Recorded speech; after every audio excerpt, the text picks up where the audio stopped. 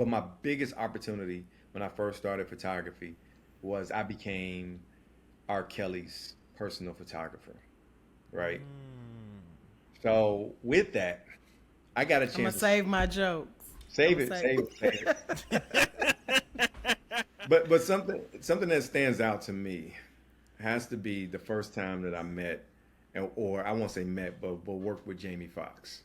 Mm. What up? What up? What up? Welcome to another episode of the No Cap Recap. Do do Do do do do do. do We do don't be do. we don't be doing the song no more. Why we don't I do the did song no it. more? I Okay, did yeah, it you that did do it. time. Yeah. What's going on, Nate? How you feeling? I am lovely. How are you? Lovely. I'm I'm doing excited. phenomenal. I'm super excited. Yeah. I'm overly excited. You guys don't even know. So, you looking at this? If you normally tune in, it's usually the two of us, but today we have a very very special guest, Mr. Parrish Lewis. You've seen his work pretty much everywhere, especially if you black. Hold on, if you black, but Uh, especially if not exclusively to black people, but especially if you black as of late. yeah. He's done the he's a cinematographer or photographic cinematographer. Is that a good? Yes. I can Okay. roll with that. Okay. Okay. Cool. Cool. Cool. So for the movie Him, Mm. for oh man, Reasonable Doubt. His first movie was Chirac. Yeah. Chicago Fire, Chicago PD, Chicago. How many Chicago shows is it? Med. It's like a And million. it's Med, Fire, PD. That once upon a time was Justice. So I That's the forget. one I liked. It was only like a couple episodes. I was a little Yeah, disappointed. yeah, yeah. I'm like a fake lawyer in my head, so Okay. until I got picked for jury duty, I was like, I Oh never want to do yeah. this. I Yeah, never. yeah. But yeah, Yeah. everybody, welcome to the show, Mr. Parrish Lewis. Thank you, thank you, Woo. thank you, thank you, Man, thank you. phenomenal, phenomenal work. I didn't even know I was following you as far as your work until I started reading off your credits. I'm like, dang, I saw this picture. I saw this picture. You know what I'm saying? Billboards, national movies, and everything like that. So, welcome to the show. Thank you again for taking the time. We appreciate you. Thank you for having me. Appreciate being Yeah, here. for me, I guess I just want to start at the beginning. And I'm sorry, Nay, if I talk a lot. You know what I'm saying? But photography, that's my thing. Yeah. I'm a Yeah. photographer and videographer. So this is right up my wheelhouse. Mhm. We have another podcast where is not sports centered, but we've had a lot of sports guests on. So Okay. her And other that's kind of my co-host. angle. Yeah. Oh, Right, okay. exactly. Yeah. Her other co-host, when it's a sports guy, somebody that was in the They NBA, take over. like, bro, we in a recording for like 3 hours. I'm like, Yeah. okay, we gotta go. They not even So looking at me. They I having a can't. one-on-one conversation. I'm just there. But today I'm gonna find my Right. way in because All right. I feel like I can a little bit. I'm a Yeah, for major sure. consumer of your Yeah. work. So And that's really what this podcast is. We talk about shows, we talk about movies, stuff that we love, and everything like that. And I thought you would be such a fitting guest to come on. So I guess we could start at the beginning. How did you get into photography, or like doing on movies and shows and everything like that? Yeah. So I my background initially was in IT, so information technology. I was fixing and repairing, fixing and repairing the same thing, but fixing computers, Okay. um, software installs. Then from there, I started doing networking, which is routing, switching, all of the zeros and ones coming across, making computers communicate. Then sales.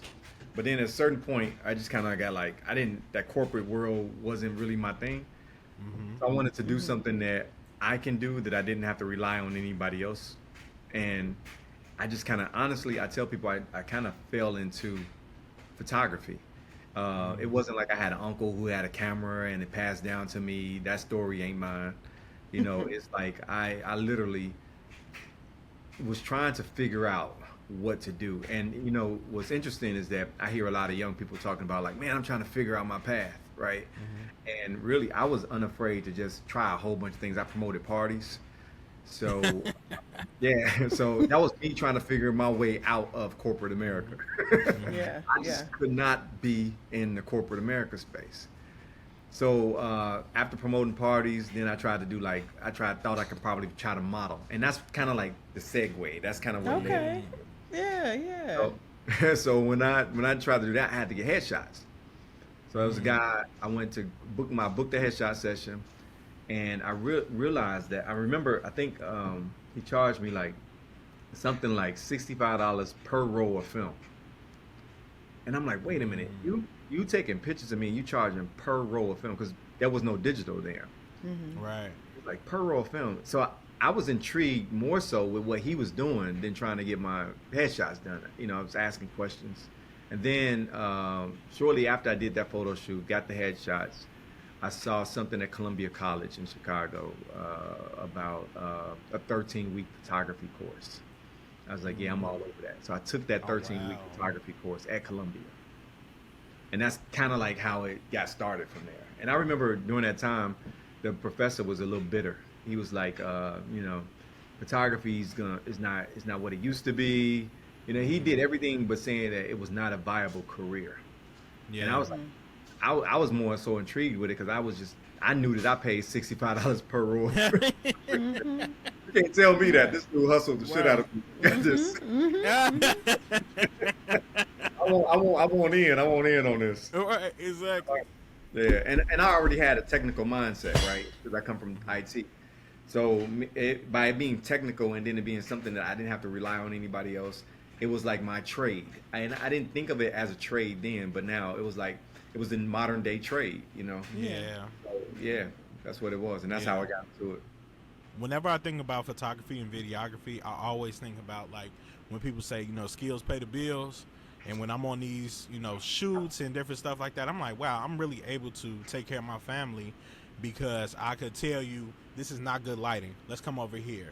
You know what I'm saying? Things like that. So skills really do be paying the bills. That's amazing. And you know what thing about it too though, is that I understand now the apprenticeship role. Yeah. You know, because you go through the education, you got to get the theory out, right? But then you got to go through a point in time where is that you're training under somebody, like an understudy. Yeah. Because as long as you're building a trade, the goal is to sharpen your own skills so that way you have a skill that no one can ever take away from you. But it has to Yeah. go through its proper processes, right? Yeah. Yeah. So I think with this, I went through the proper processes and learning, and then that's when you become like expert level, and you learn enough to break the rules. And now I just break a lot of rules and kind of like keep those things in mind and kind of move fluidly within this space. Do you feel like this is my last question? And I'm gonna send it over No. to you, Nay. Okay, okay. Do you feel like a lot of people, a lot of young photographers that you may see, don't understand the like being an apprentice? No, everybody want the hit, everybody want the fame, nobody want the work. They don't. Everybody cold already. Yeah. You know. Yeah. I be know, looking Without- at some, bro. I be looking on the Instagram. I'm like, dang, how long you been shooting? They like 2 months. 2 months? What are you talking about? Yeah. And that's what I'm saying. And they want the job. They want to go for the same jobs that I go for. Yeah, Right. yeah, yeah, It's yeah, yeah. like make that make sense. Just because you lucked out. Because the thing about it, when I first started photography, I was dead set on seeing somebody's full contact sheet. Now let me go back. So now on Instagram, you'll see somebody's feed. So somebody say, I'm a photographer, go to my site. You'll see their site, right? And you'll see all these great photos. But it's one of each one. You know what I'm saying? You don't see the multiple attempts to get to that one. Oh, Right. for sure. Yeah. For sure. You know what I'm saying? That's what- social media as a whole, though. That's Right, But that's the definitely. disillusion too, because Is it? Yeah. back then I wanted to see somebody couldn't just show me one photo and be like, oh yeah, that's a good photo, but let me see that contact sheet though. The contact sheet is that whole roll of film that you shot. Let me see how many of these shots. How did you end up with just that one being the one? Yeah. You know, like how many attempts did it take you to get that one to be the one?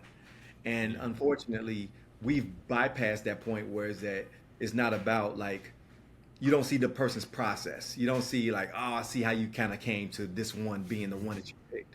It's like this the one that lives, this the one, and I'm cold. And I'm gonna do my next photo shoot, and I'm gonna pick one from that one, and then over time, the compounded thing over time, right? You look at somebody's Instagram grid, and it's like, oh damn, you're pretty dope. But you're looking at one attempt of each one of the photos, and you're only gonna put out your best work. Mm-hmm. So Yeah. What, and to piggyback on that, then back to you, Nay. I promise I got you. No, it's fine. We're flowing. We're flowing. let's just go. Let's go. To piggyback on that, it does seem like though that a lot more people are showing a lot more behind the scenes content, especially for videographers, like with the Ray-Ban Meta glasses and all these super small cameras that you could put on top of your camera, and we're like, how do we kind of get there? So it does seem like it's kind of a shift a little bit. So that's what I will say. I can appreciate that though. Yeah, and that's damn near more important than the actual shot. They like, yeah. How did you get there though? How did we, Yeah, because it's like seeing a pretty commercial, right? You want to know like, oh, you got this dope actor, you got this dope setup, and all we've ever seen for so many years was a finished product. This is the first time in our lifetime where is that you can see the process of, which then humanizes the situation, right? It's not like, oh wow, I can do that too. Now it gives the next person that's looking at it the possibilities of I can do this too. So it's a good thing, but then you also kind of like can then start to understand like, where your skill lie too, right? Because then said I'm really not that good. If you dude got one light, and you can do it with one light. But what I'm saying is just that it's just, the rules aren't what things are more forgiving now than they were, right? You don't have to know as much. It's not as technical. It's based off. It's like cooking now, right? Like yeah. I look at like a chef, like it's all about the seasoning. It's all about how you season your chicken. I called unedited photos unseasoned chicken, right?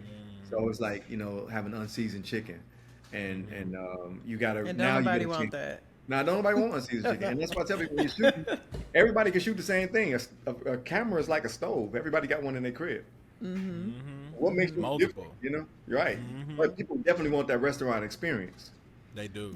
Yeah. So, and that's where you kind of like when you elevate, when you get to a certain level, you can then show them like, oh, I'm the chef, and I got this extra seasoning, and I got this extra thing, and you don't mind pulling back the hood and letting somebody see the process of. Yeah, absolutely. So, two things. What is your official title? Like, what do you do? I'm a storyteller. I step into an environment with my camera, and I make decisions. I make decisions on if I'm gonna make this story visual from a moving perspective, or if I'm gonna make this story visual from a still perspective.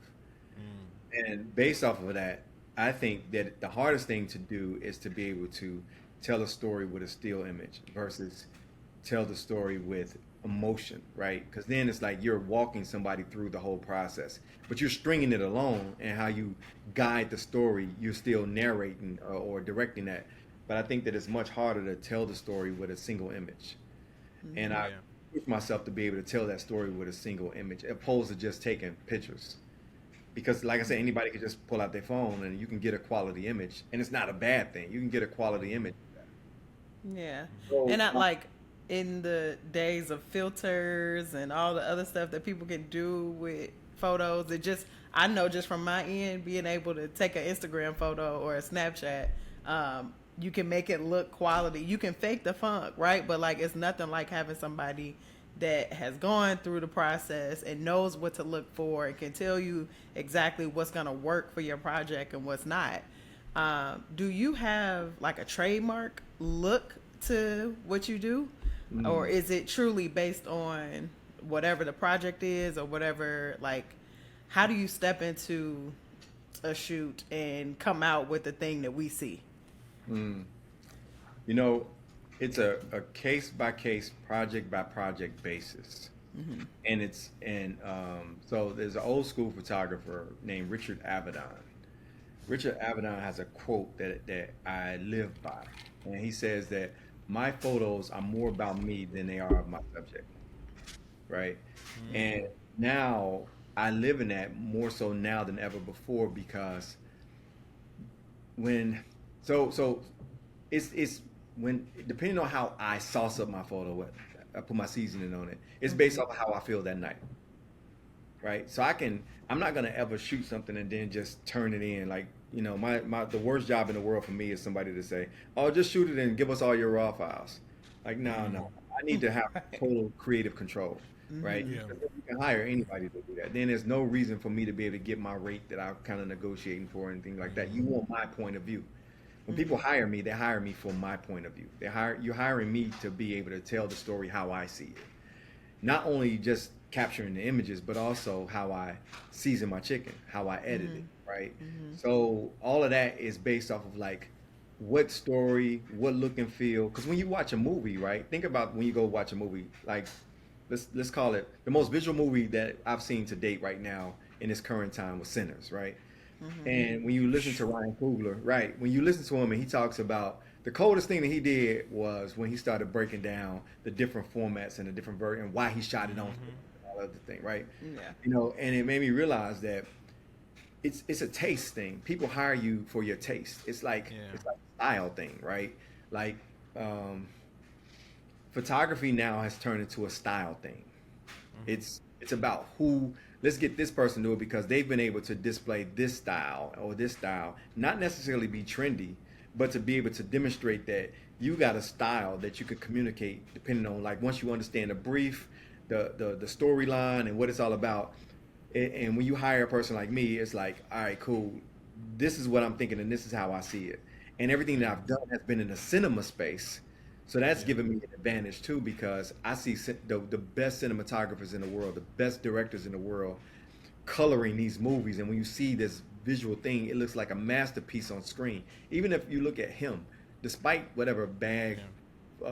credits or reviews that's been out there, the movie it's a story. It's somebody's version of a story, and the way that it colors on the screen, it's a beautiful thing. Sinners was beautifully colored. It kind of comes out, but that's a taste thing, and I Yeah. think that you say what's my style, it's based off of like how I want to be able to project a different project, you know. So because of my experience, I understand that it's more than about taking pictures. I come with a Yeah. full thing. I come with how do I want this to look? How do I want the audience to view this? What I want them to feel when they see it? You know, am I okay with things being moody, the shadows, what kind of color palette that I want to use? All of those things go into like when I deliver my end product to the client, or when we're talking about that during the creative brief process. Wow. So has because the things that we mentioned have been Netflix and Hulu, like Reasonable Doubt. I know that's Yeah. one of my favorites. Um, so you basically can work with whoever you aren't employed by anybody in particular. You kind of float I'm around and do your freelance. own thing. I Yeah, love that. I'm freelance. Yeah. Okay. Yeah. I And That's they think I hire was. me.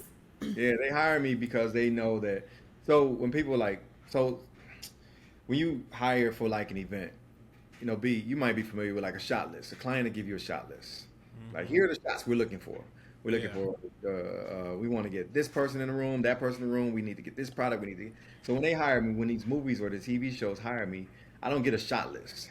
It's just like, yo, we want you to be there, and we want you to capture things as you see them unfold, so that way we can market this particular episode or this movie. So I'm Oh there wow. literally with my camera, seeing things kind of like happen, and I'm like, oh, I can either shoot the same thing the camera shoots, right? Or Right. I can see something and then I can pull the actor once they have time and be like, yo, I saw this other thing over here. I want to pull you over here and I want to shoot this thing right here. And then it's up to the studio if they use it or not. They want me to be there every day and to shoot what I feel Wow. is useful. Wow. Cause see, I think I was under the impression that you are handed a movie or something that's already done, and now it's like, okay, here, make something for people to attract people to come see it. But you are on sets. I'm on set And every day. oh, okay, yeah. Dang. Sorry, I am just amazed at how your brain could work to just kind of. There's so much going on, but then you come away with a perfect shot that captures the entire series, or like. Yeah. And I'm somebody that is visual in a way that, like, if I'm not grabbed by, it's been very few shows that I've actually enjoyed that the photo didn't attract me to in the first place. Like, that's just kind of how it works. And so, like, to see somebody that does this for a living, like, that's crazy. Because you don't even, And Brian is just his mind is more aligned with yours when it comes to photography and stuff. I am math. I am activity. You know, like so creativity is just like very different to me. But wow, Yeah. You know, I the don't. thing about it is that, so what I also tell people too is that, because Brian, you mentioned about the behind the scenes, right? Yeah. Just as well as I get the story and what's happening, what's being shot, I'm also getting the director, the motion, you know, the making of the movie is also being captured, you know, because it's a story within that. Right. You know, you see in the directors, you're seeing the crew, you're seeing everybody pulling these. I mean, this is like, you could take a $20 million budget film. They pulling out big cranes, they pulling out like big dollies, they pulling out long tracks. I mean, all of these things is like, nobody, you don't do this at a student film, but everybody wants to No. see this, right? On a Right. massive level, so you can see the budget. You want to be able to see this thing, and it becomes part of an archive or history that's in the making, where you can kind of go back and see how this movie was made from a storytelling piece, right? Not just photos, but it's like people at work, and to be able to like capture those moments, not necessarily stage, but be present enough, or to stay present while the movie's being made, to be able to capture these moments, so that way people can see, you know, the behind the scenes, a true behind the scenes visual story.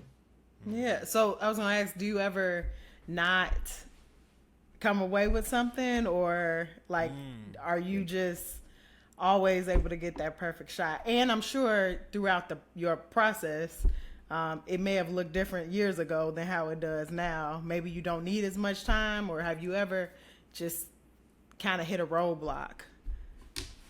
Yep. So let me go back a little bit for you, because I got a perfect story to kind of like sum up like what changed my frame of thinking when it comes to storytelling with images. We love stories. Please go I know, ahead. right? So when I first started photography, you got that piece of it, right? But my biggest opportunity when I first started photography was I became R. Kelly's personal photographer, right? So with that, I got a I'm gonna chance to save my jokes. I'm save gonna it, save. save it, save Please it. don't have this man walk off the podcast. Right, How you gonna work right. off a virtual podcast? Don't do that. No, I'm from Chicago, so Hey, right. I So We got all my from feelings. We Chicago. all are, yeah. but the thing about it is that it took me years before I can even say that name in Yeah. this climate to be. But now that's part of my story, right? Yeah. So how people feel is how they feel. The music, Right. and during the time that he created the music, was genius. The dude is untouched still from a vocal standpoint. And at the same time, it's how I got to where I am. So I'm not gonna Yeah. like skip that part because everybody's so canceled. Like, oh, you can't say that in time. Yeah, yeah. It's how I got to where I am. But Wait, but before you continue, what time frame was that? Because we just need to know which R. Kelly this was. Which Like what Kels are we album? dealing with? Yes. Yeah. that's fair. So I came in with Kels on TP2. Oh, Are you familiar? Jeez, what? That's I'm that's sorry. like that's Yeah, That's crazy. prime. that Woo, whole era. that's prime. So it was prime, but I do wish I was there probably two albums before that, because that was like at him at his highest Yeah, level. yeah, yeah, yeah.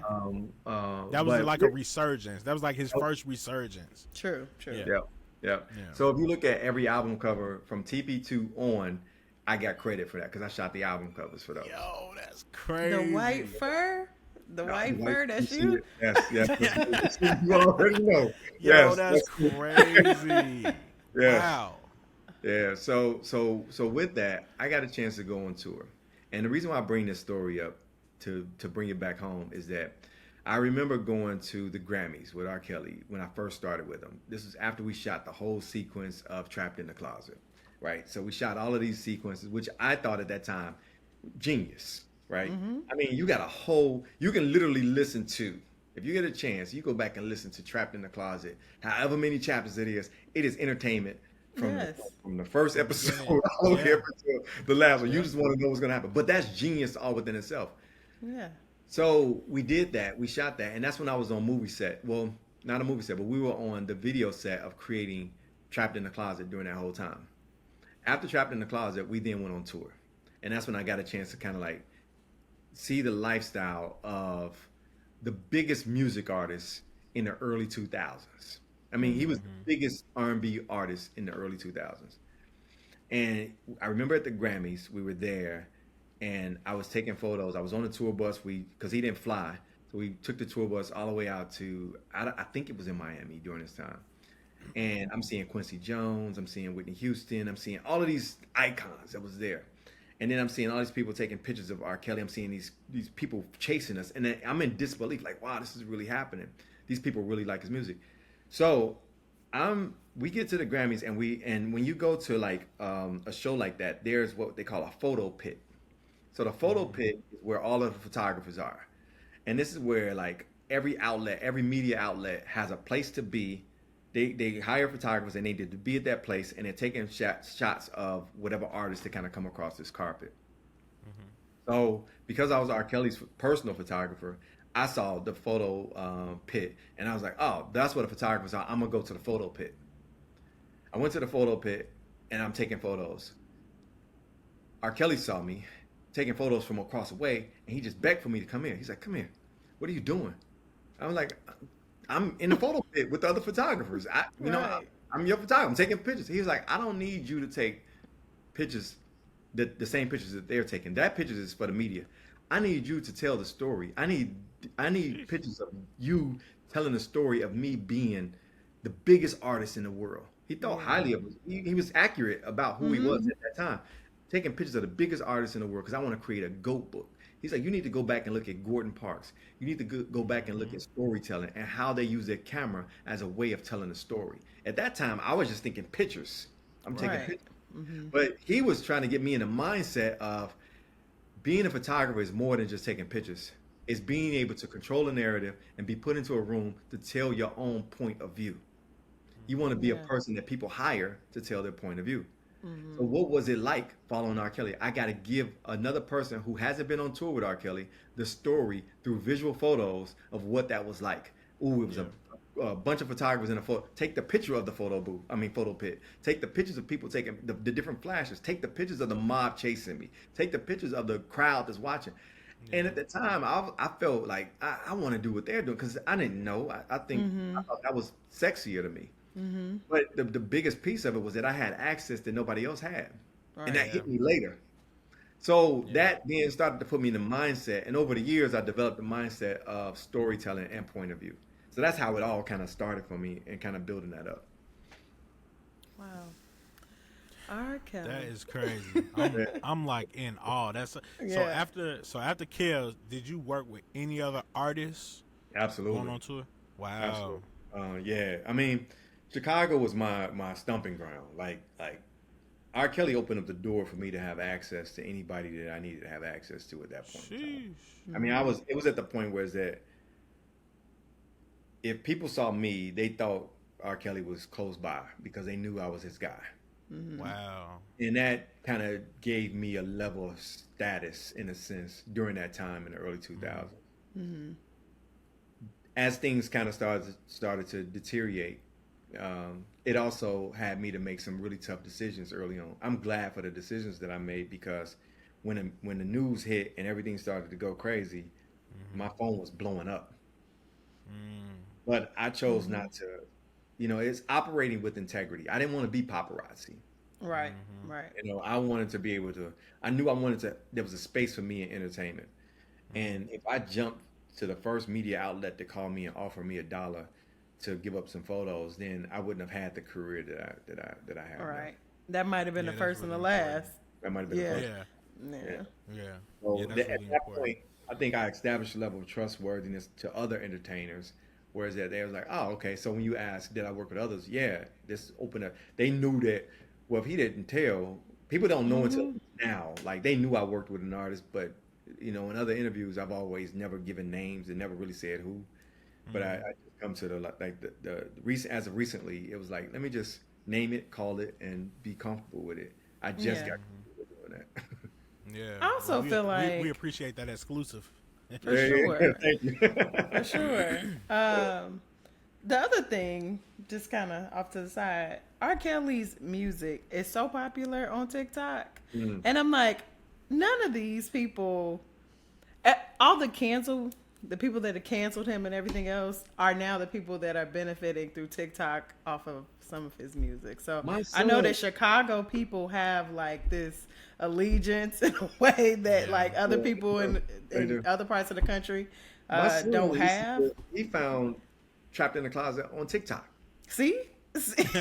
Like, he didn't know what it was. We You had the know what it was? DVD. And it's like this, he was feeling it. I'm like, do you know who that is? He's like, yeah.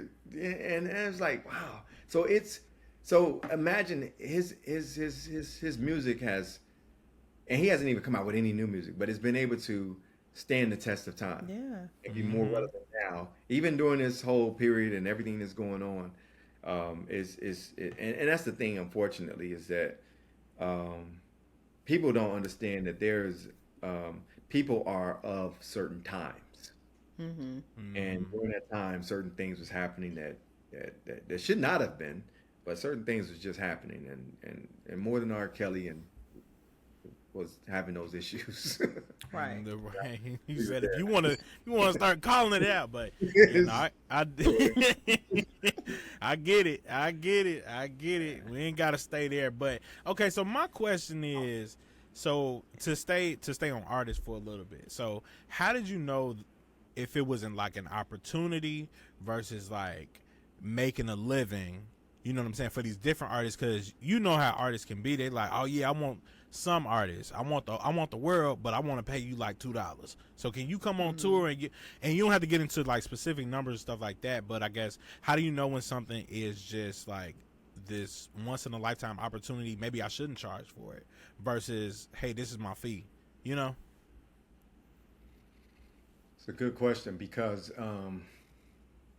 unfortunately we're living in a time where is that newer people that's coming into this game, photo, video, content creation, or whatever, they're being taken advantage of. Mm-hmm. Back then, the record labels were compensating me. I was on a retainer. Like it wasn't like come do this for exposure. I mean, I had Mm-hmm. a nice retainer from R. Kelly, and he made sure that if anybody needed any magazine work or artwork, I was his guy, and I had Wow. to shoot it. Wow. So That's that's a not the blessing. case.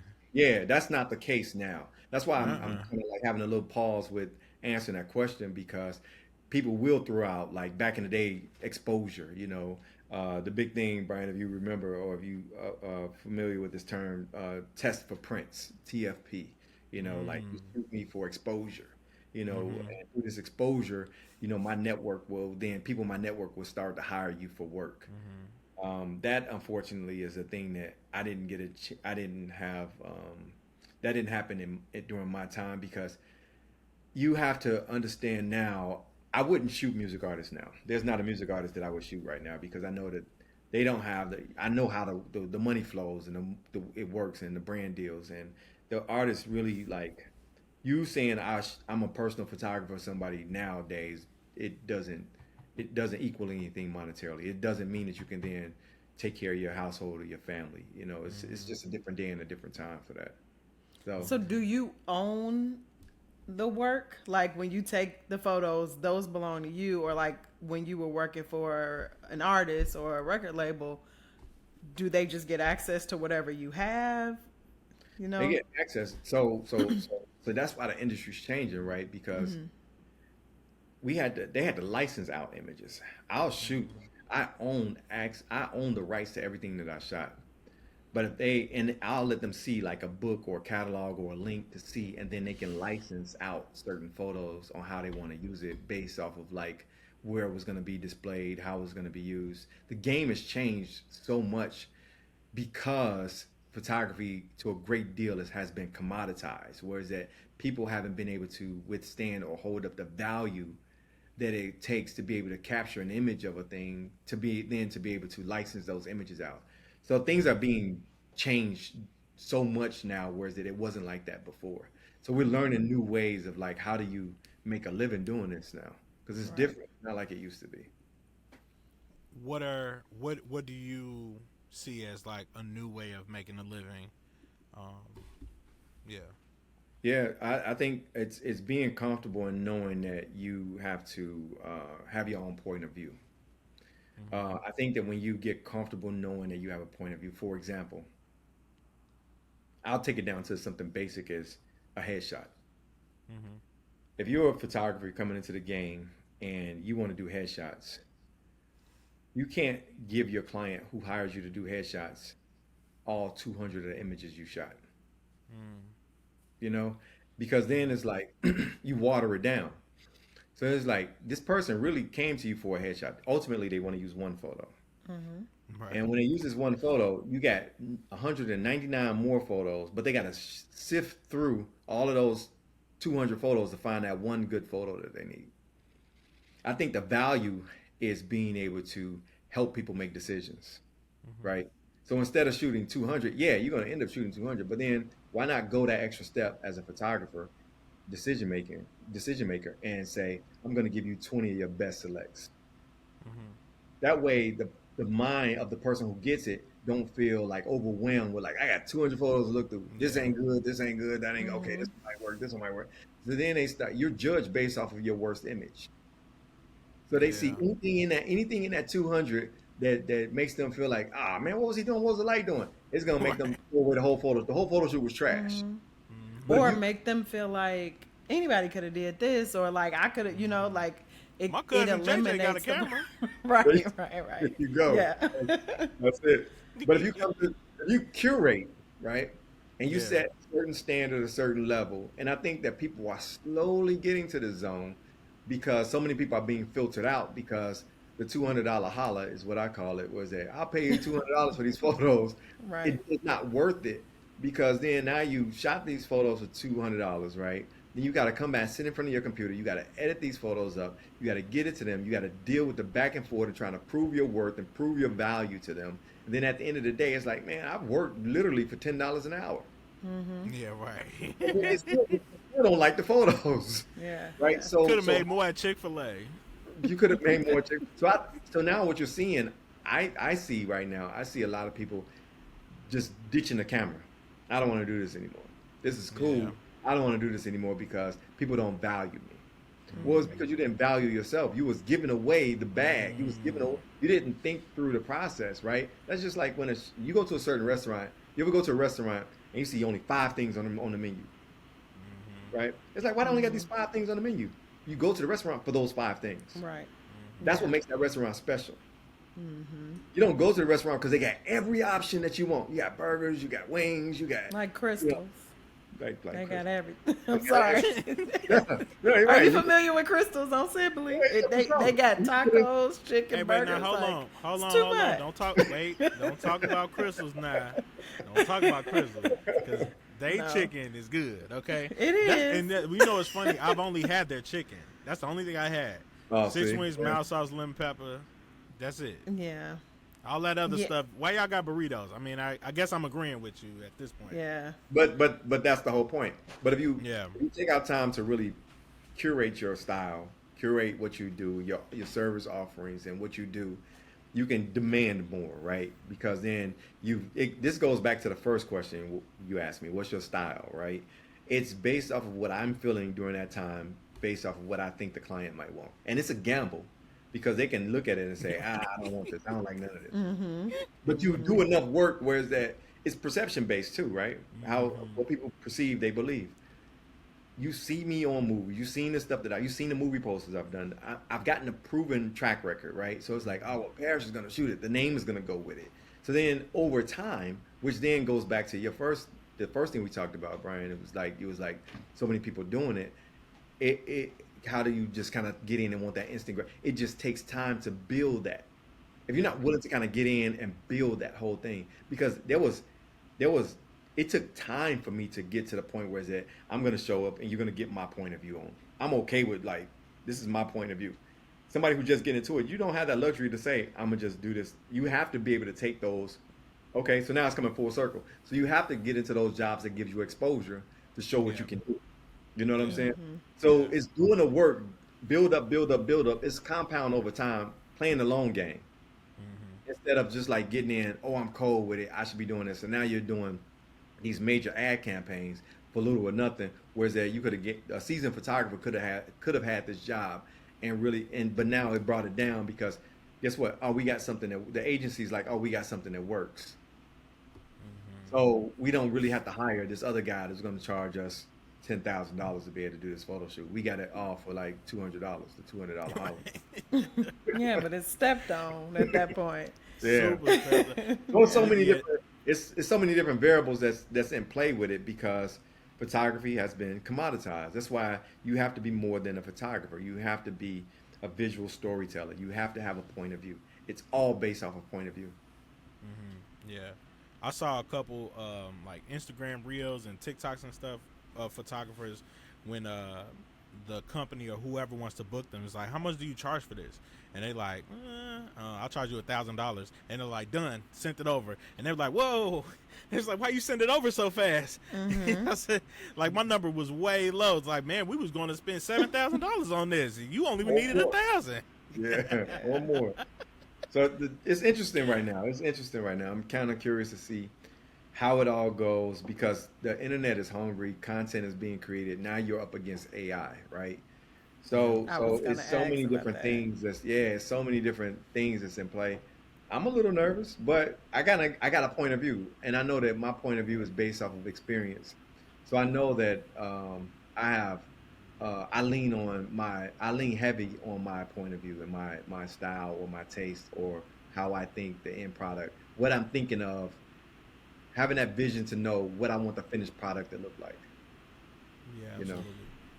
Yeah, and I was gonna ask about how AI is emerging and how it's impacting your work, but even more like there's nothing like the human experience. I'm sure you can look at a photo and tell we all could tell when things are AI generated, but like I think your eye, like you said, is what makes you like that makes you something that people want Hmm. to use and everything. But I don't know. I know they called us the microwave generation or whatever, and now like I don't even know. This is beyond air fryer. Like this is, just the quickest.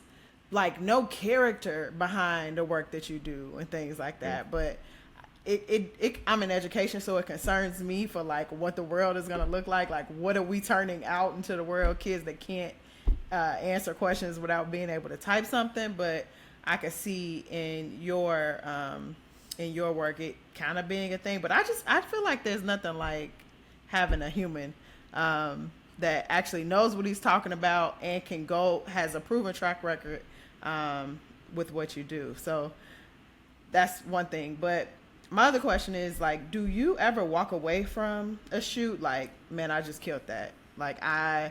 Do you know right away, or is it like, do you need to see the finished product before you know? Nah, Yeah, you just know. when I hit the button, I see certain things, and I ain't even got to look at the back of the camera. I was like, "Ah, this shit's fine. I'm good. That's it. Yeah, Yeah. We're right. We're good. We got it." Yeah. it's Yeah, just it's a feeling. it's a So feeling. that's It's yeah. definitely a feeling, Huh. and you know it when you got it. Yeah. Especially, I call it like I like it because being able to take somebody's idea of something and turn it into a finished product. Like when I see, like for example, the movie poster of him, the guy had two footballs that was out. I don't know if you've seen that poster. It's like he got, oh, his arms are stretched open like he's on a cross, and he got two footballs in both hands. I took that picture and I was like, ah, yeah, this is the shot right here. I knew it. And Yeah. I didn't send it to them and say, this is the shot. I sent them, I uploaded, because every night after I'm on set, I upload my batch of photos. I do send my highlights, but Yeah. then I didn't point that one out. But when I saw them use that one, I was like, I knew that they was going to Of use it. course, Yeah. right? Because Yeah. this is what I saw when saw it in the camera. I was like, this is the shot. Yeah. And Yeah. certain things you just got that intuition or that feeling. But that only comes when you're locked in to know or understand what the deliverable is or what the project is all about. You know, Do you have a personal favorite? I know it's probably been so much, but one um, poster that you could say is your favorite piece of work? I don't, but I will say So I got this series that I'm building on right now, and it's a more like a TED Talk type series, right? Because it goes back to talking over the images. I think that once people see, my work, what people what I've come to realize is that humans like stories, right? And now what I have is that I have a catalog of work that I've shot based, and it's all theme based, meaning each one of it is based off of a different movie that I've worked on, right? So I got a Okay. whole set with Candyman. I got a whole set with They Clone Tyrone. I got a whole set with Day Shift with Jamie Foxx. I got so every movie project is its own little catalog of things, right? But it's so many images that once that movie comes out, nobody else sees the photos anymore. So Mm-hmm. now I want to be able to talk over the experiences that I had per project while I'm Yeah. showing, allowing those photos to relive again because people want to know what happened during that time. So there's key moments in each one of those projects in which I know how that photo came to life, you And know, that's what AI can't do, and that's what right they, there. Yeah. that's what they came. Yeah. People can appreciate the real, like, I'm a musician as well. So, like, when people were using, like, laptops and Pro Tools and Logic and all of this stuff, it's like, yeah, but you still have to, like, know what you're doing, though. Yeah, Anybody could just, you know what I'm saying? Like, anybody could just whatever, but you still got to know. And realistically, it's really all up here. The camera's just a tool. These mhm. laptops is just, these are just tools, but it's really like, it's really in your mind that makes you, what you are. So, But I think I'm not anti AI, right? I'm very curious and semi excited about it because what is allowing us to do is giving us a chance to be able to express ourselves, like your individual style, yeah. right? Because it's like clothing, right? There's so many different clothing options, but people choose to wear the things that they wear because that's what they felt like, right? Hmm. I think that with AI, you're able to you put your own style onto what you felt that this thing. People have just got to get comfortable, and I think that that's the thing that's going to make people better is because you have to now get comfortable with displaying or being confident with saying, yeah, I like this. This is what I like, and I don't care if you don't like it Hmm. because there's an audience that's going to like what you like, Hmm. and there's going to be an audience of people who don't like what you like. Yeah. Exactly. Because you got to now a chance to really truly express yourself. So now when people get hired, you're going to get hired based off of your taste and who you are, opposed to your technical ability. Because you don't need the technical ability. It's about we want that thing that you got. It's your taste. Yeah. You know, Yeah. I think that's what it's coming down to now. It's coming down to your taste, and people just got to get comfortable with knowing that I have a point of view, I have a taste, and this is why people hire me for my taste. Yeah, that's so interesting. Because even like Miles Davis, I believe he actually dropped out of music school because he was like, learning all of this stuff is putting me into a box. Learning Mm, all of this music theory yeah, is actually too much, and I just need to create. You know. yeah. You got to So create. back to your point about the Yeah. technical ability. Now, moving on to kind of like cameras, in general. Do you work with digital or you work with film, or is it both? I work with, well, I work with digital mainly. Film is expensive. I think film is for Film new people is kind of coming expensive. into. Film is for new people trying to come into photography or video, and they don't really understand how to create their own aesthetic, right? Hmm. Film is the cheat code. I feel that it's expensive and it's the cheat code. It's the quickest way to say like, oh, you to get the oohs and the ahs. You can say I shot it on film. People are like, "Wow, this guy! Watch out, people! Yeah, right. He's so cold. Yeah, He's and so cold." but you can achieve that same thing with modern tools, right? Like Yeah. you can achieve that same thing shooting digital, right? But you have to understand and accept the fact that one, you got to be decisive. You can't shoot 200 images because with film you're only going to get 36, That's right? it. So now you got to use that one image that turned out right. Hmm. And but that's what helped people. Some people get overwhelmed with digital. I think people shoot film because they're overwhelmed with digital. That's interesting. It's also so many rules. Like you got to keep it in the refrigerator. Like you got to keep it chilled. You Yeah. can't. You gotta have a black bag. Isn't that? Yeah. I don't. I never shot film, so I don't know like the actual Yeah. terminology and stuff like that. Yeah. But Yeah. it's very difficult. It's It's so difficult. many. Oh God, you can't Yeah. even see the picture after you took it. No, you just right. You can't. People would hate that. Oh my God, people would hate that. Like, let me But see. Let me see what I that's the look beauty like. in it. That's the beauty in it, though. That yeah, for sure, Yeah. for sure. Because what I do is that when I shoot, even when I shoot digital, I got my screen where it doesn't show me. You know, you take a photo and you go back to screen immediately. My Yeah. screen is just black because I don't want to see it. I know what it looked like. It's metered, exposed. It's gonna. I know what it looked like, so I'm not surprised when I pull it into my computer when I see it. It's people who needed that extra level of confidence, and that's when you need to just push that button more, that more confidence to understand that I don't need to look at this after every shot. You just got to kind of just go. It's an intuition type thing, you know. Yeah, that brother deep. He deep. Yeah. Yeah. Two like film related questions. Do you ever like shoot something that you don't watch afterwards? Okay. And Yeah. then do you ever watch something and say like I did this justice with the photo that I took or with the the trailer? Okay. Yeah. Yeah. I do. I'm not gonna ask you to tell me who, but Yeah, I would. I yeah, would. right, yeah. Sometimes I'll be like, yeah, the still's better than the movie. Yeah. I can see that. Yeah. You're like, oh, the stills are cold, but the movie's trash. But also too, I was just gonna say that's how I feel about these musical artists. I'm like the album artwork is fire, but these 10 songs is horrible. I'm like, bro, you the wrong type of artist. You should actually. right. You should just do covers. Anyway, back to you. I'm sorry. What were you saying? But I don't. And then as far as working on a long project, a movie project, I would not watch the movie.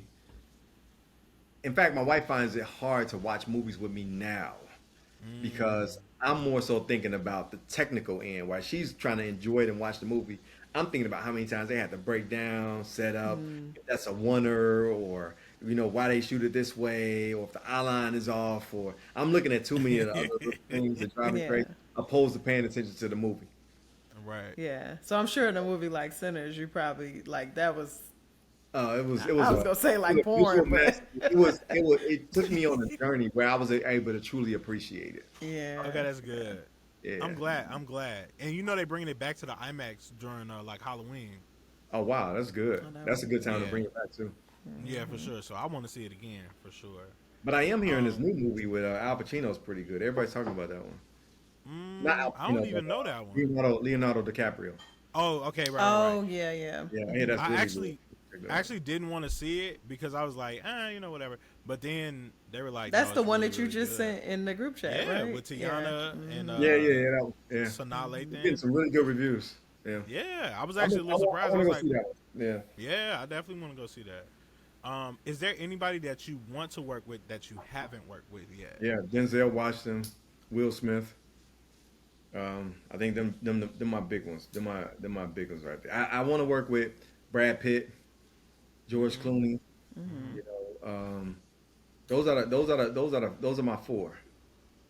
That's super A list. Yeah. That's what I'm going for. That's as big as you could get. You Yeah. know what I'm saying? Those some big. And you can y'all believe that Denzel Washington said he's never watched any of his movies back. So he's That's never seen Training Day. He's never seen Mo Better Blues. He's never seen Inside Man. None of these movies. That's crazy. What? You know what? I can see that because how I experience actors on set is that Yeah. they have to really put their mind and become this person. Yeah. Which means that you can't even talk to this person on set as they are. I'll As Denzel. talk to a person. Yeah, I'll talk to a person after I've worked with them on a project.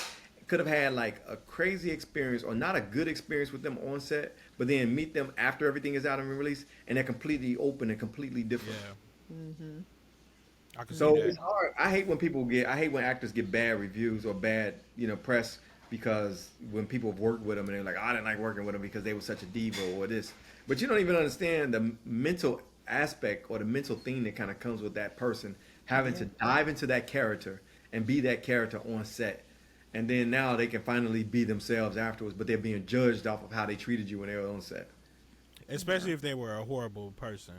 Right. Like a Acting as a character. horrible person. Yeah. Right, exactly. Not a That's horrible right. person in real life. Acting as a horrible person. Yeah, yeah, Yeah, yes, yeah.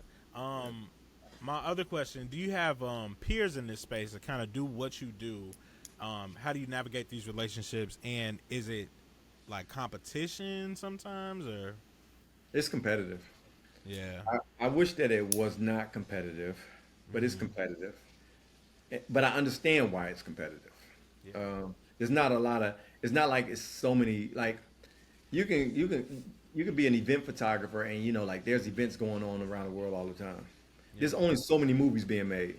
that's true. So so you like it's competitive because you want to be like I need my name at the end of one of these projects that's kind of going on. So it becomes that way. The thing about it is that it becomes contentious, right? Meaning that if you are on or doing too many projects when it's slow for them, um, the judgment kind of comes down and it makes it feel like, you can't really, you're not really, I don't know, people just start talking, and you got to realize and accept that there are seasons for everybody. I'm Yeah, busy right now and I'm living into that, but then there's going to be a season where I'm not busy and I got to understand that this is part of the process. And I can't hate on somebody just because they're busy and I'm not. And I think yeah, that that's what happens a lot in my field because there's so few, and then at the same time there's so few projects. So yeah. it becomes envious. That actually kind of played into my next question. Is like, has there ever been a time while you're doing this, while you've been doing this, where it's like, okay, they haven't called me in a couple months. Yeah, yeah. That's a It's like scary y'all know I feeling. take pictures, right? I'm just putting Yeah, that out there. All right, cool. that's a scary feeling. But what I tell people now, and what I understand now, is that you have to continue to create. Mm. And that's the hard part. It's like, how do you create when you need money to be able to pay your bills? And Ooh. this is your way to do it, right? How do you still go out there and create? Um, so you have to be able to create. Yeah. So you have to like, and this is the thing that this the mind thing that you play with yourself is like, I'm working, working, working, and when you're working, because a movie set, I can work on a movie project and it could be 3, 4, 6 months, right? During that time when I'm on a movie, I'm not thinking about creating anything because I'm getting a paycheck weekly. But once that project ends, it's like, oh shit, I didn't create anything. What Yeah. am I Yeah. gonna do Yeah. now? Yeah. But that's the beauty on leveraging social media because some people are so like anti was they're like, well, I'm in an industry where it's that I have to be able to kind of keep things going. Now, I don't do it all the time, and I need to, and I want to kind of just keep pushing to my social media, like keep pushing new images out, keep telling my point of view, keep showing people that I'm working or that I have ideas in order to get new work. Because what you got to do is that you have to prepare or keep gunning for the job 3 months from now, opposed to the job that you have now, and Yeah. that's hard. It's a hard place to Yeah. be because you got to balance that. So yeah, there's times when you like, man, the phone ain't ringing. Like I haven't. The writer strike killed us all. The Ooh. writer Yeah. strike was hard. Nobody was And doing how it. Man. much of like your eye and your creativity process comes from just your day to day? Like when you don't have a camera in your hand, just the way that you see the world, I imagine is what allows you to have what you have the gift that you have when you come back to a set, no matter how much time is in between, cranking out whatever you're working on. Pushing Wow. that's further pushing your point of view, right? I mean, one example of that was during COVID. um, I fell into like it felt like a depression because I Yeah. wasn't working. No movie sets was going. I thought that the Yeah. gig was up and we were never going to be able to go back on set again and do what I enjoyed doing. And my wife was like, "Well, you should probably just go out and just take pictures of the neighbors or something. You need to get out the house." So before people started doing this, it became a trend and everybody started doing it. But I live in Bronzeville at the time, and I went to my neighbors. I sent out a newsletter. We had a Bronzeville newsletter that went out, and I just told the people in the newsletter that I'm going to be stopping by your house doing these impromptu portraits on your porch. So I just went around Bronzeville scheduling these portraits, free portraits. Everybody came out. We kept our distance. They was with their family. I shot them on their porch in Bronzeville. Wow. That project has gotten me paid from Target. I've gotten published in Bloomberg. I've also gotten published in another. No. Target ended up buying out all of the business profile photos from the people that was working during that time. It just from me getting out doing that. It was an example for me to say that I have to keep something coming and I have to keep pushing out my point of view because this is what the world want to do. You can't get too comfortable. It's not a place where you get comfortable. You don't push out your art. You don't push out your point of view.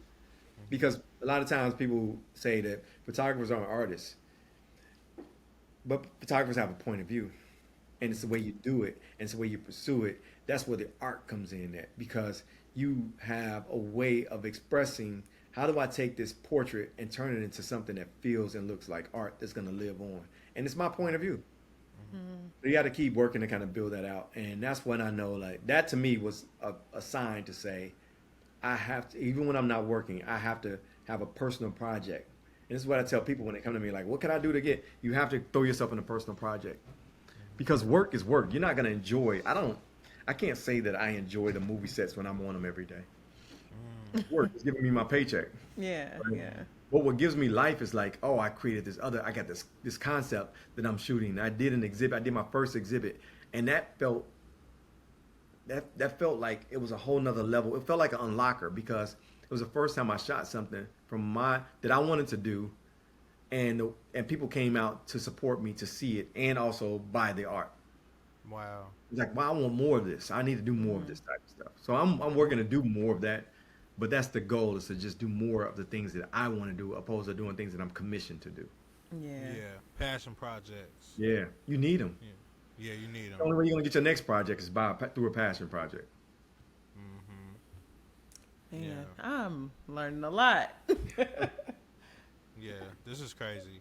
What do you think is like mentorship? How do you feel about mentorship? I think it's necessary. I think that it's just like I see like how therapy is necessary. Mm-hmm. Mentorship is necessary because you can't really think your way to the next level. Yeah, that's You need true. you need to see it in live action. You need somebody who's done it, somebody that can tell you. You don't have to listen to everything that they say, but you can. Somebody who's seasoned and got experience can be like, yeah, that sounds about right. You need a buffer, somebody to throw some ideas with to understand. Like, here's my here's where I'm looking to go. What do you think about that? You need somebody to bounce some things off that's Yeah. deeply involved into the industry, whatever industry that is, to be able to help you think through your moves, because we're always thinking about what's my next move, or what could I pivot toward next. And I think having mentorship is key in order to kind of get to that next level in life. Even that's in every aspect. That's even like being married. Me and my wife got mentor couple, people that's been married 30 years, that we can like, and then they say, oh yeah, we've been through that, you guys will get through that. It's going to be this way and that way. And you go through it and you're like, oh, I get it, because you can, it's like a cheap way of being able to see the finish line in a sense. Yeah. But you got to enjoy the process while you're in it. I think life happens in the mundane, in the day to day, and doing those things. But to be able to have somebody that you can talk to that's already like closer to the end, or closer to, has been through some things, it kind of gives you a little bit more perspective. Yeah, for sure. We're approaching an hour, and you're a very busy person. I want to make sure you got a little bit more time. I got a little more time for you. Yeah. Okay. My question: are there any movies that you wish you could have been on set for in the past that you didn't get to work on? Absolutely. Yeah. Absolutely. It's a lot of them. It's a Yeah. lot of, because when I see them, I can't even think the name of them right now. I would love to, but it's just that when I see those projects or see certain things on the screen, I would like I see everything in still images, and it's like, Yeah. oh, that would have been a good still. Oh, I see how they framed that one up. Oh, I would have loved to have gotten that shot right there. So I watch movies with that envy of like, I could have had the opportunity to shoot this particular thing. I wish I shot I mean, I know the photographer who shot it, but I wish I shot Sinners. You know, just because it was, I bet. it was just, yeah, I wish I did. But the guy who did it, he did a phenomenal job with his job. He did You a know, great job. Yeah, he yeah, did, oh, he did a phenomenal job. Yeah, but I wish that I did yeah.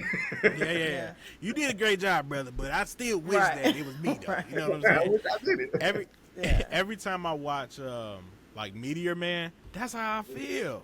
I love Meteor Man. And you know Don Cheadle, he was like, yeah, we're not gonna even mention that movie. I'm like, that's a classic movie. What are you talking about? You always talk about that movie. I It love is a Meteor classic Man. one. I'm gonna have to go back and watch that one again. Right. So that this is the problem though. It's out of print. You can't it's like it's not like the DVD is like $200 on eBay. Like and that's the lowest that I've seen it. I've seen on eBay where you get the VHS tape for like $26 and that's actually my next cop. I'm gonna go ahead and get that because soon you won't even be able to find it anywhere. You know what I'm saying? Yeah.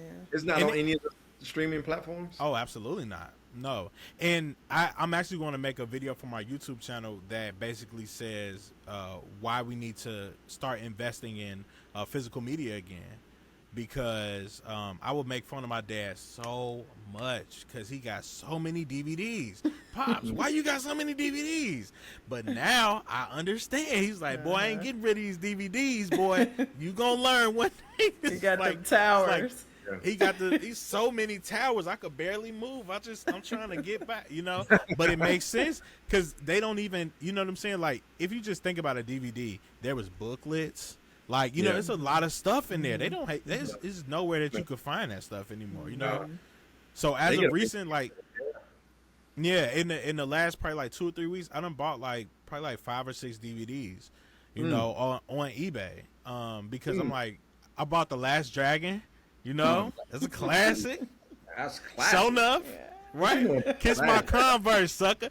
And I'm gonna tell you, I was a shorty. And just because I was quiet, I was downstairs in my basement watching The Last Dragon. My mom was like, "Boy, go ahead, watch that and leave me alone." So I was watching that every single day. Probably not supposed to be watching it at all. She's like, But "He's you know how many quiet." life philosophies are in The Last Dragon? So many. It's so many. There's so many of them in there, man. It's so inspiring that It they had is. the foresight to be able to tell that story in The Last Dragon. I tell people that, and I'm surprised they hadn't made a remake of that one though. Yeah. That Some does- things we could just leave alone. Yeah, we don't can. gotta. Like, you know? yeah. There's a few movies that we should not have even touched. Yeah.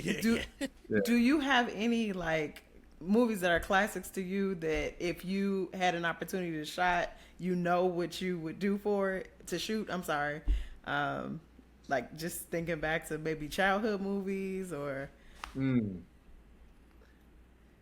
Not that I could think of now.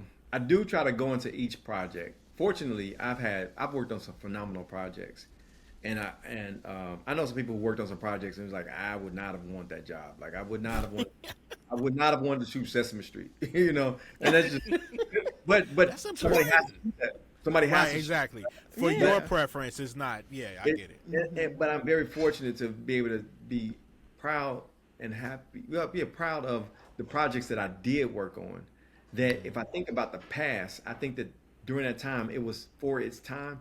I like the stuff that's coming up now because it has a little bit more. Everything now feels like it has more meaning to it because everybody's so woke. right. Yeah. Do you have a preference of genre? Well, I'm gonna tell you like this. I used to want to be able to cross. I used to want to be able to cross over and not just shoot. Remember how you introed me with you see any black movie he's worked on? Like that to me was kind of like I didn't want to just do the black movies. Yeah. I wanted to do but I'm okay with doing just the black movies. The ones that I've done, I'm okay with doing the black movies. I'm okay with even adding a few Tyler Perry projects into my repertoire. I know that's right. Because it's just that, like, wow, this is the thing to me that feels good. It feels like who I am. I'm black, you know. Yeah. It's relatable. So I might not be able to be relatable enough on something that may be more mainstream. I'm sure I can do it, but I get more pride with the people that I'm working with on the projects that I've been picked up to work on right now. And to go back, the reason I said that is because, like, you know, a movie like him has been everywhere. That's all that black people talk about. Reasonable Doubt has come back. That's all Yeah. that. So not to pigeonhole you to say he can only do black projects, Yeah. but it's like, but when we see something that's ours, we just feel it a little bit more. Like, I'm really glad this is on TV. I'm really glad that this film has been made. You know what I'm saying? So definitely a compliment. Yeah, for Yeah. sure. No, I take it like that. Yeah. And Yeah. because I am, it's like it's relatable. I see how my people respond to it. It's actually Yeah. kind of funny that you say that because I sent in the group chat some Tyler Perry plays that I've been watching as of late. And Tyler Perry and what is his name? It's another director. He directed First Sunday. David Talbert. Oh, Because Talbot. he Yeah, had yeah, played, he had plays before that, and I'm like, the music is so good, the story is relatable. I'm like, and you know, some people who can be a little snobby when it comes to black art are like, we're getting these same tropes, but I'm like, but that's my auntie though. I see Right. that. That's my cousin. This music feels good. This feels like a Sunday cooked dinner. This family that's congregating around this table and It they might have, not be you, but it's somebody in your family that It you can is. play like Yeah. this. and Yep. if you say that it's not somebody in your family, they talk about you. Right. Yep. No, we don't got nobody like that in our family. They talk about you. Yeah, yeah, yeah. And Yeah, that's the for thing sure. about it. It feels natural. It feels very relatable. It feels natural. Yeah, exactly. So this is my last question. Then we'll go ahead and let you go. A funny story on set. You don't have to give specifics, but whatever you think, or a relatable story or whatever, just Or something something to peek, bizarre that you saw. yeah, something to peek behind the curtain. Like I said that because I know that was your series on TikTok, and it's funny. Also, you should absolutely post more on TikTok because he was like, this is what people want to see. They want to see like a play-by-play of my life, and I'm like, yes, please, more. Thank you. Did Yes. do that. Yep. But something that stands out to me has to be the first time that I met, or I won't say met, but worked with Jamie Foxx. Yeah, that to me was memorable, and it stands out. And the story goes like the first time I worked with Jamie Foxx was on a movie called They Clone Tyrone, and on that movie, Jamie Foxx is playing his pimp, Yeah. right? The movie is a very colorful movie. It's like Scooby Doo meets meets. It's like a Scooby Doo mystery, but with real Yeah. people. Uh-huh. You know, and the characters are so colorful. So, and Jamie Foxx was his full self. He was Jamie Foxx, and it was my first time meeting with him or working with him. So, I didn't get a chance to read the script, but what I did notice is that Jamie came in when I saw him. I was expecting me to see Jamie in the way that he is, and he shows up every day. So when I first saw him on his set, he came up in costume because we was ready to start filming that day. And came in fully costume out. So he had his wig on, he had these rings on, he had this robe on, and it was just it threw me off. I'm like, wow, what am I shooting? Is this like he a pimp? Right. What's going on here? Like, but Right. it threw me off. Like, okay, I should have read the script. Damn, I should have read the script. But it's Jamie Foxx, so it can't be bad. Right. So, but the thing about it was that the lighting, the mood, the way the cinematographer lit everything, it was so vivid. It was so like just really good with the color, how the furniture and the background on the wall, all of it kind of just came together. Not just seeing it on the screen, but seeing it in real life with your own eyes. You could tell everything he had on went with everything that was in the room. And I'm looking at it and I'm paying attention to him. I was like, man, that'll make a really good photo. But how do I go and tell Jamie Foxx, I see a photograph that I want to take, but it's Jamie Foxx. And I'm the only guy in there with the camera. And I was hired by Netflix to be able to take this photo. So Netflix is counting, I don't have a shot list or anything. How do I go up to him and tell him, I see this image that I want to take and I need you to pose for this photo that I want to do and not be so nervous where I couldn't explain this to him? So I'm sitting there and I'm wrestling with my own self on the inside. Right. All right, Yeah. go now. 5, 4, 3, 2, go. You know, I'm just like I'm just trying to build up the nervous side of me to go Mr. Fox. Do I say Mr. Fox? Do I say Right. Right. So I'm trying to figure out like how do I do this or how do I make this step? So eventually I got to the point where I realized like this is your job, this is what they hired you to do. You don't even want to hit the camera, so just go and make the photo happen. Went over to him. I said, "Yo, Jamie," and that just came out. "Yo, Jamie, I see this photo in my head. You got these rings on your hand, and I want to get this photo of you with these rings." He's like, "So." I could tell that he's trying to remember his lines, and I come to him with a photo that I want to do. He knows because he's been doing it so long. He knows that photographer is going to take some images and going to need some images of him, but he's thinking of his lines and what he got to do next. But this is between takes. So he's like, "What you want me to do?" It was real. He was real irritated with me. Like, what do you want me to do? And at that point, I read the room well, and I read energy. I feed off energy, and I wanted to kind of like back down a little bit, but it was too late because I was already there, and I'd already told him. He know that I want something from him, photo related. I was like, "It's this photo that I want to take of you, and it's with your hands with these rings because you got all these rings in your face." It was a close up. He was like, "Oh, nigga, go ahead, take the photo." I was like, Right. "Why didn't you say this Hurry sooner?" up and go. So that's the biggest thing that, and to me, what that meant is that it's me getting in my own way Yep. Yeah. and being able to go for it and be put into a room like that where all the powers that be hired me, trust me, wanted me in a room, including him because he had to sign off on me to be there, to be able to make this happen. And it was my own fear that was going to make me not get that shot. So Wow. that's the best That story is ever. insane. Yeah. Yeah. So You got to okay, I work through. lied. One more question. Yeah. I lied. It's good. My so when you're on set, you're not you using natural light or the light that's kind of, you're not using like a strobe or like a speed light or anything, right? Wow. Every now and then, there's an opportunity for me to come in, like on commercials. When I shoot commercials, they would allow me to come in with an assistant that would have a strobe that I can kind of like use a little field light to kind of get something like that. But for the most part, when I'm on a movie or TV show, there's no time for that. I got to kind of like make sure that I'm putting them in the right light and kind of get the right exposure when I take Right, that shot. exactly. And that was like your second or third film, because I don't remember the time frame with Tiana Parrish. Yeah. She's Yeah. yep. Because the That other was one was, no, go ahead. Yeah, that was my first movie. Whereas that I was flown out, put up per diem.